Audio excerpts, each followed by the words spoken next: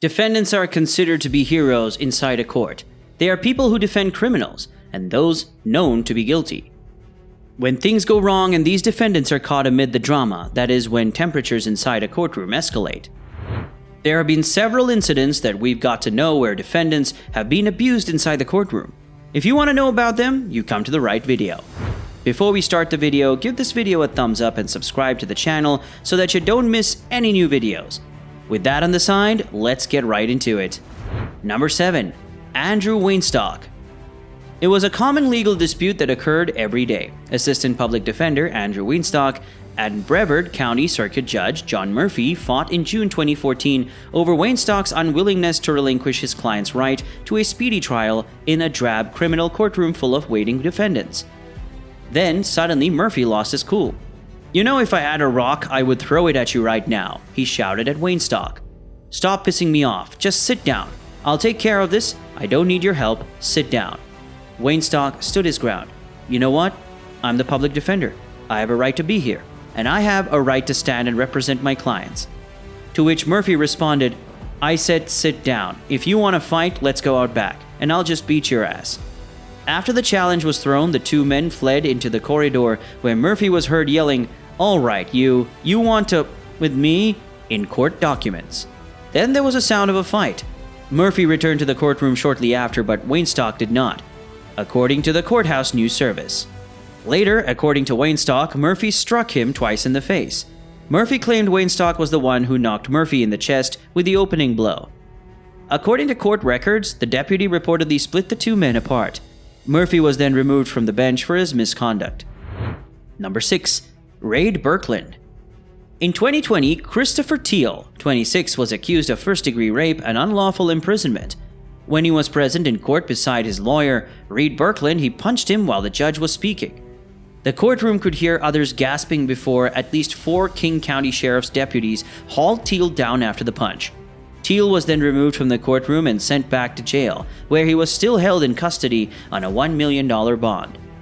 According to the court document, the King County Department of Public Defense Seattle and the undersigned lawyer withdraw as of this date as counsel of record for the defendant in the above entitled matter.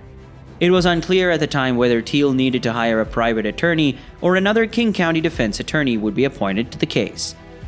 Birkeland said he would not file charges against Teal and holds no ill will against him.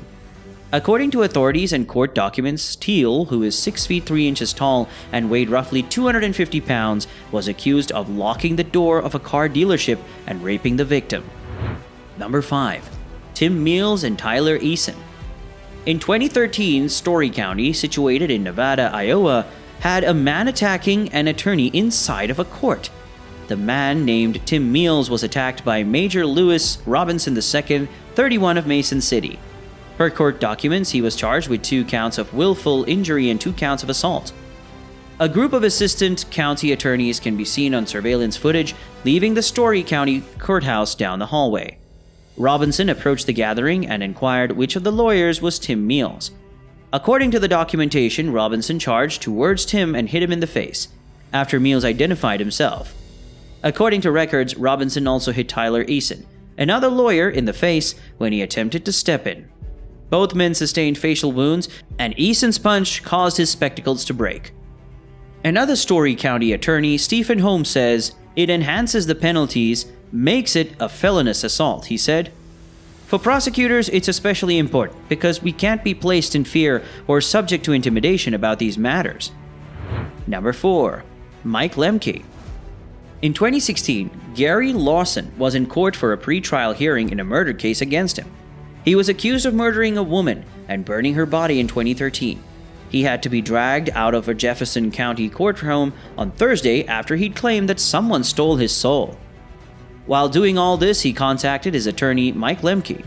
Lemke soon moved out of the way, and the deputies scuffled with Lawson for about 30 seconds before gaining control and dragging him out of the courtroom. "You all right, Mike?" Judge Shake asked the defense attorney. "I need a minute," Lemke said. "You all right, Mike?" Judge Shake asked again. "Yes, sir," Lemke said. The attorneys then agreed to continue the hearing without Lawson. "We're not going to bring him back out there," Judge Shake said. "I need a weekend to think about what I'm going to do," Lemke said, adding a moment later, I've been spit on before in court, but this is new. Number 3. Jonathan Roth. In 2018, Joshua Harding, 37, was resentenced after he attacked Assistant Prosecuting Attorney Jonathan Roth. Harding was given a sentence of 30 to 60 years in jail to be served concurrently with his 19-year sentence for the sex assault of a minor by Ingham County Judge Richard Garcia. Garcia reprimanded Harding for his conduct, claiming that his assault on Assistant Prosecuting Attorney Jonathan Roth constituted an assault on the legal system entrusted with defending Harding's rights. Garcia alleged that the attack on the justice system was careless, after Harding admitted to assaulting with the intent to murder and 2 weapons charges. Judge William Collett of the Ingham County Circuit Court, who is since retired, first gave him a sentence of 20 to 60 years. At first, he was also charged with terrorism, but that accusation was dropped. Number 2. Vladimir Gagic. This attack took place in 2019 in Phoenix. The case was given to Vladimir Gagic, a contract lawyer with Maricopa County Public Defense Services, who is now speaking out and claiming that following the incident, workers at the Office of Public Defense Services mistreated him. According to court reports, Lamont Payne, the suspect, has a lengthy criminal history of attacks and violating commands. The prison officer was involved in a 2016 incident. According to court records, Payne resisted attempts by officials to remove him from his cell by covering the windows and pouring soapy water on the floor. According to court filings, Payne got down on the floor and bit an officer in the ankle, inflicting a laceration, as prison officers went into his cell to remove him. I've been doing this for over 20 years now, and never once did it cross my mind, not even an iota of concern, there was something like this that could happen to me, said Gagic. He makes a few attempts in the video to gain Gagic's attention. At one moment, as Gagic looks at the judge, he bangs on the desk.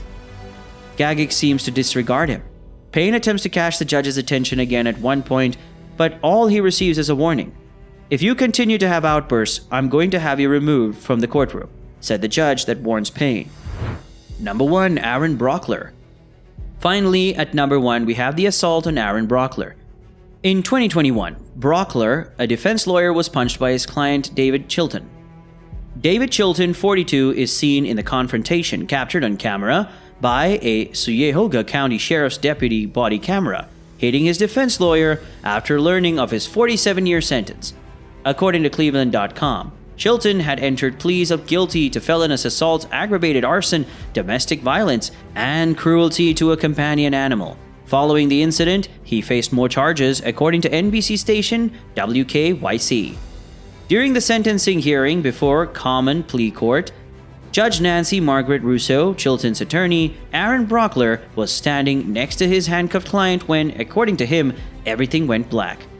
I turned to him because I was about to tell him that I would come and meet him privately to see if there was anything we could do to reduce the sentence. But before I could even open my mouth, I heard a swoosh sound, Brockler told the news station. All I remember is waking up on the floor underneath the table, he said. He saw officers on top of his client attempting to subdue him. We learned from these cases that no matter how wrong a person is, nothing is worse than harming your defendant.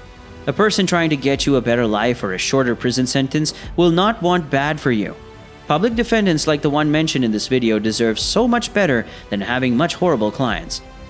If you like this video, give it a thumbs up and don't forget to subscribe to our channel. See you very soon in another video.